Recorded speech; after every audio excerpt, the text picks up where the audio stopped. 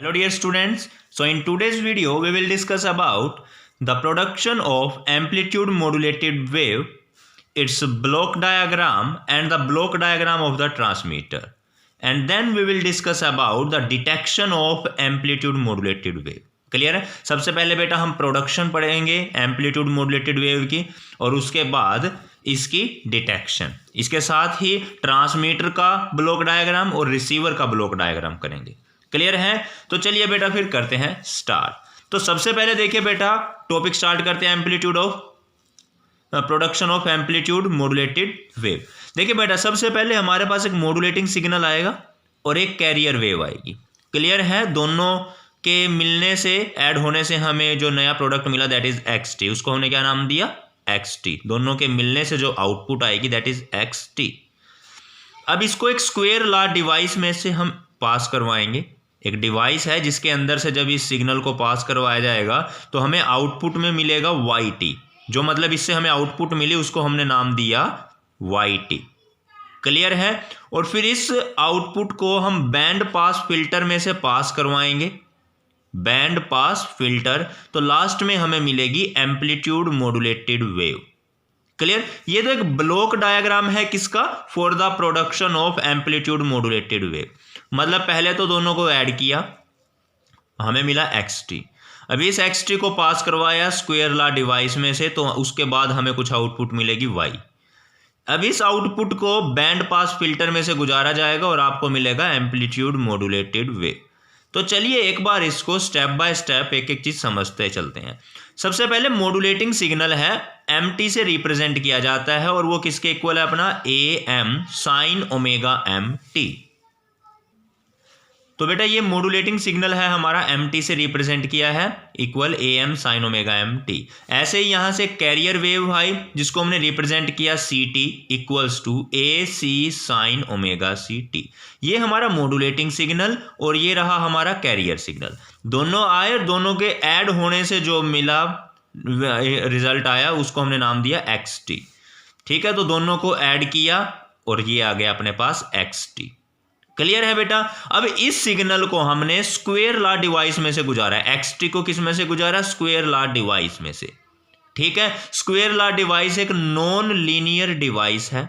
जब इसमें से हमने इस सिग्नल को गुजारा तो ये जो अपने आउटपुट देता है हमें, स्क्वायर लॉ डिवाइस जो आउटपुट देगा उस आउटपुट का फॉर्मूला है बेटा, आपको याद रखना है, बी एक्स टी प्लस सी एक्स टी स्क्वेयर। यहां बी और सी हमारे पास कुछ कांस्टेंट नंबर है बेटा। ठीक है। ये कांस्टेंट है, बी और सी तो कांस्टेंट हो गए। फॉर्मूला है जो मतलब ये आउटपुट देगा ना, स्क्वायर लॉ डिवाइस आपको कुछ आउटपुट देगा, उस आउटपुट का एक फॉर्मूला है। क्या है, बी एक्स टी प्लस सी एक्स टी स्क्वेयर। अब देखिए एक्स की वैल्यू आपको पता है, वो वैल्यू आप यहां और यहां पर पुट करेंगे। देखिए B as it is X T की जगह ये वैल्यू पुट कर देंगे। क्लियर। प्लस में सी, ओके, एक्स टी की जगह फिर वो वैल्यू पुट की और स्क्वायर का स्क्वायर। क्लियर है बेटा, समझ में आया। तो चलिए अब इसको हम आगे फर्दर सोल्व करते हैं। अब वाई वैल्यूज को हम पुट कर चुके हैं, बी एज इट इज, इसको हमने एज इट इज रख दिया, प्लस सी। अब इसका ए प्लस बी का square, A square plus B square plus two A B, मतलब दोनों की मल्टीप्लाई, इसकी और इसकी मल्टीप्लाई ये लिख दिया। मतलब हमने सिंपली स्क्वायर को ओपन किया बेटा। क्लियर है। अच्छा अब देखिए आप ट्रिग्नोमेट्रिक रिलेशन से आपको पता है ना, sine square A equal to 1 minus cos 2a divide by 2 होता है, या यूं कहें sine square theta equals to 1 minus cos 2 theta divide by 2। ऐसे ही साइन ए साइन बी का formula 1/2 cos A minus B minus cos A plus B. Clear है। अब हम इन दो फॉर्मूले का यूज करेंगे इस इक्वेशन के अंदर। देखिए y t as it is b a M sine omega t, b a M sine omega t, फिर बी की मल्टीप्लाई ए के साथ b a C sine omega C t, b a C sine omega C t. Clear. अब ये तो as it is हमने bracket open करके यहां लिख दिया। अब ये सी अपना as it is, sine square theta का फॉर्मूला क्या था, साइन स्क्वायर थीटा का 1 minus cos 2 theta divide by 2। ठीक है। ऐसे यहां पर भी है हमारे पास साइन स्क्वायर थीटा। हमने इन दोनों के लिए ये फॉर्मूला यूज किया, इन दोनों ही केस में ये फॉर्मूला यूज किया तो अपने पास सोल्व करके ये आ जाएगा। क्लियर है बेटा। और उसके बाद साइन ए साइन बी का फॉर्मूला ये रहा, तो ये है ना, देखिए sign A sine B, sign A sine B, इसका फॉर्मूला हमने बेटा पुट किया, ये रहा इसका फॉर्मूला। तो अपने पास यहां पर फॉर्मूला पुट करने के बाद ये इक्वेशन बचेगी बेटा। क्लियर है ना। अच्छा, अब एक बात यहां नोट करने की है, हमारे पास इस इक्वेशन में एक तो ये जो टर्म आ रही है c/2 a square am square plus ac square, ये देखिए c/2 am square plus ac square, इसको तो बोलते हैं डीसी टर्म। ये तो एक डीसी टर्म है क्योंकि देखिए बाकी सारी साइन की फॉर्म में है ना, साइन कोस कोस साइन इनकी फॉर्म में है, तो ये तो वेव्स हैं को रिप्रेजेंट करती हैं, और ये क्या रिप्रेजेंट करती है, ये टर्म डीसी टर्म है एक, ठीक है, डायरेक्ट करंट की एक टर्म है। तो जरा देखिए बेटा, यहां पर जो हमें अलग अलग वेव्स मिल रही हैं उनकी फ्रीक्वेंसी, एक की फ्रीक्वेंसी है ओमेगा एम, क्लियर है, और एक फ्रीक्वेंसी है ओमेगा सी, ये रहा ओमेगा सी, एक है 2 ओमेगा एम, एक है बेटा 2 ओमेगा सी, एक omega C minus omega M, omega C minus omega M, omega C plus omega M, omega C plus omega M. तो हमें यहाँ पर मतलब अलग अलग फ्रीक्वेंसी की वेव मिली है। जब हमने कंबाइन किया, यहाँ बैंड स्क्वायर लॉ डिवाइस में से गुजारा वेव इसको xt को, तो yt जो हमें आउटपुट मिली, ये हमने पाया कि ये अलग अलग फ्रीक्वेंसी का कॉम्बिनेशन है, ये इन फ्रीक्वेंसी का कॉम्बिनेशन है। अब इस सिग्नल को बैंड पास फिल्टर में से गुजारा जाएगा। आप देखिए बेटा, यहाँ पर स्क्वायर लॉ डिवाइस से जो आउटपुट मिली उसको किस में से गुजारा हमने, बैंड पास फिल्टर में से। क्लियर। तो जब बैंड पास फिल्टर में से बेटा हम इसको गुजारेंगे तो हमें क्या मिलेगा, ये बैंड पास फिल्टर क्या काम करता है, ये फिल्टर रिजेक्ट कर देता है ज़्यादा ही लो और ज़्यादा हाई फ्रीक्वेंसी को, लो फ्रीक्वेंसी और हाई फ्रीक्वेंसी को ये क्या कर देगा, रिजेक्ट कर देगा, और ये केवल पर्टिकुलर फ्रीक्वेंसीज को ही अपने अंदर से गुजरने देता है। वो कौन कौन सी फ्रीक्वेंसी को अपने अंदर से गुजरने देगा, एक तो बेटा ओमेगा सी, एक omega C minus omega M, omega C plus omega M, केवल इन्हीं को अपने अंदर से गुजरने के लिए अलाउ करता है, बाकी किसी को अपने अंदर से पास होने नहीं देता। जैसे ओमेगा एम कैंसिल हो जाएगी, 2 ओमेगा एम भी कैंसिल हो जाएगी, केवल ये बचेगा omega C minus omega M, omega C plus omega M, केवल हमें ये फ्रीक्वेंसीज मिलेंगी आउटपुट में। क्लियर है। अब देखिए बेटा, बैंड पास फिल्टर में से जो आगे हमें आउटपुट मिली, that is called amplitude modulated wave. अब हमें आउटपुट में क्या मिला है बेटा, एम्पलीट्यूड मॉड्यूलेटेड वेव। क्लियर है ना, समझ में आया। अच्छा, तो अब हम समझते हैं बेटा block diagram of the transmitter. अगर हमने सिंपली ट्रांसमीटर का ब्लॉक डायग्राम आपसे पूछा जाए तो आपने ये डायग्राम बनाना है। देखिए, मैसेज सिग्नल आया, कैरियर वेव आई, आगे हमें क्या मिल गई, एम्पलीट्यूड मॉड्यूलेटेड वेव। मतलब बेटा हमने इस सारी चीज को शॉर्ट में बता दिया, एक मैसेज सिग्नल आया, कैरियर वेव आई, लास्ट में हमें क्या मिला, एम्पलीट्यूड मॉड्यूलेटेड वेव। इस सारे को एक ही बॉक्स के अंदर कंप्लीट दिखा दिया, मतलब इनके मिलने से और ये प्रोसेसिंग हुई, आगे आपको ये मिली एम्पलीट्यूड मॉड्यूलेटेड वेव। तो ये हमने सारा शॉर्ट में बता दिया, message signal, carrier wave, amplitude modulated wave मिली। क्लियर। अब इस मॉड्यूलेटेड वेव को एम्पलीफायर में से पास करवाएंगे। किस में से पास करवाएंगे बेटा, हम एम्पलीफायर में से। अब एम्पलीफायर सिग्नल की स्ट्रेंथ को बढ़ा देगा, इंक्रीज कर देगा, और उसके बाद ट्रांसमिटिंग एंटीना के जरिए इन सिग्नल को आगे ट्रांसमिट कर दिया जाएगा। क्लियर है। देखिए, एम्पलीट्यूड मॉड्यूलेटेड वेव मिली, अब इसको एम्पलीफायर में से गुजारा, एम्पलीफायर ने सिग्नल की स्ट्रेंथ को बढ़ाया और एंटीना के जरिए उसको आगे ट्रांसमिट कर दिया। क्लियर है ना बेटा। आई होप आपको समझ में आया होगा। आप यहाँ से जो भी नोट करना है वो नोट कर सकते हैं, वरना आपकी बुक में भी गिवन होगा ये, ठीक है। बड़ा ही इजी है, कुछ ऐसा एक्स्ट्रा वो प्रॉब्लम नहीं आनी आपको, इसमें मेनली समझ में आना चाहिए एक बार बस। क्लियर है। तो चलिए, ये तो था आपका बेटा production of amplitude modulated wave and the block diagram of transmitter.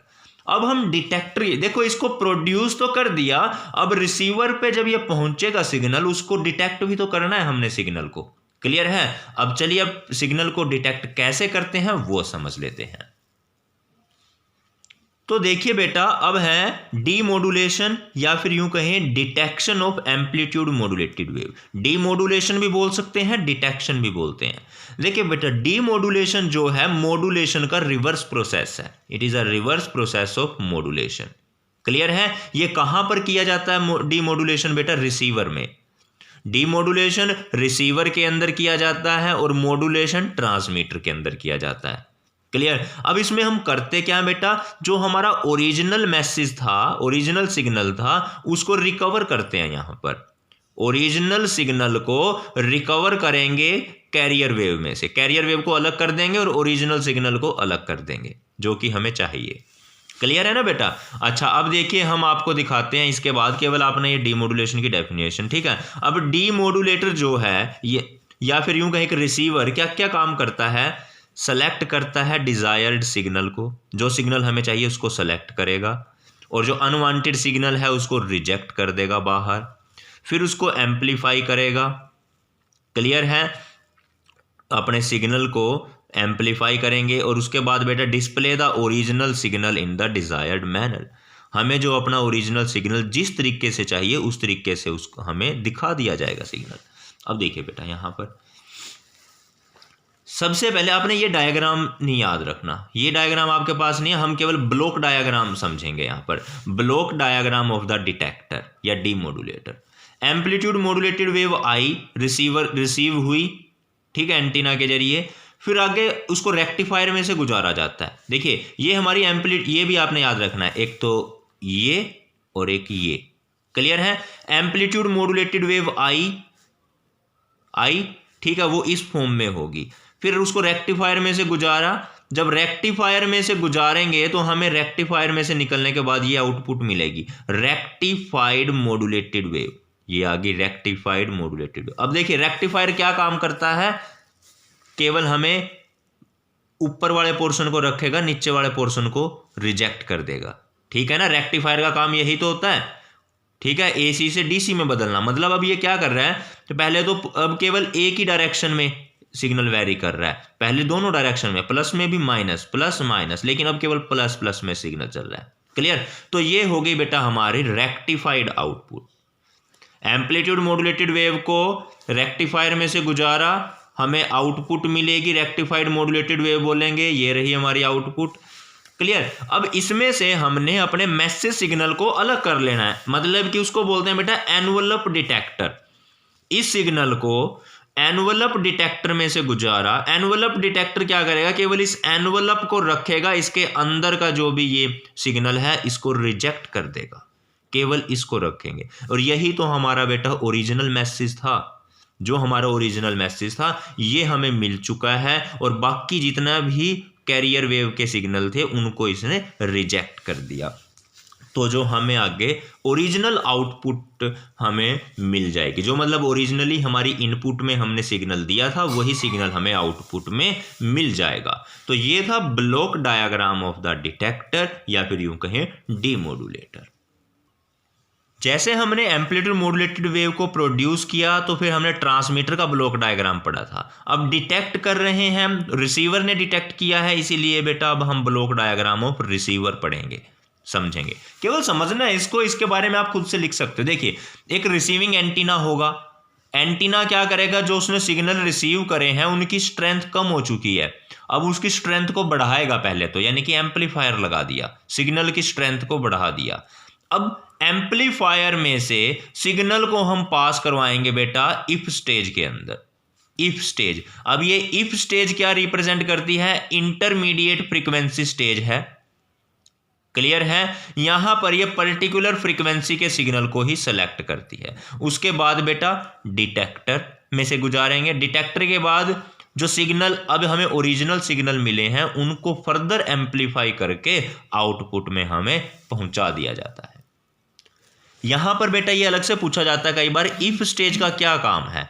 If stage actually में क्या करती है बेटा, कैरियर की फ्रीक्वेंसी, जो कैरियर वेव की फ्रीक्वेंसी कैसे थी, हाई फ्रीक्वेंसी थी, लेकिन हमारे मैसेज सिग्नल की फ्रीक्वेंसी कैसी थी, लो फ्रीक्वेंसी थी। तो अब ये क्या काम करेगा, कैरियर वेव की फ्रीक्वेंसी को लोअर फ्रीक्वेंसी में बदल देगा। इफ स्टेज ने क्या किया, कैरियर वेव की फ्रीक्वेंसी को लोअर फ्रीक्वेंसी में बदल दिया इफ स्टेज के अंदर। फिर इसने हमारे मैसेज सिग्नल को डिटेक्ट किया, आगे एम्पलीफायर ने फिर सिग्नल को दोबारा एम्पलीफाई किया, क्योंकि अब केवल हमारे पास ओरिजिनल मैसेज बचा है, उसी को एम्पलीफाई करेंगे और आउटपुट हमें मिल जाएगी। तो ये था बेटा आपका block diagram of the receiver. Clear, I hope आपको समझ में आया होगा। अगर किसी स्टूडेंट को कोई डाउट है तो कमेंट करके पूछ सकता है। तो चलिए मिलेंगे बेटा नेक्स्ट वीडियो में नेक्स्ट टॉपिक के साथ, तब तक के लिए bye bye, thank you and have a nice day.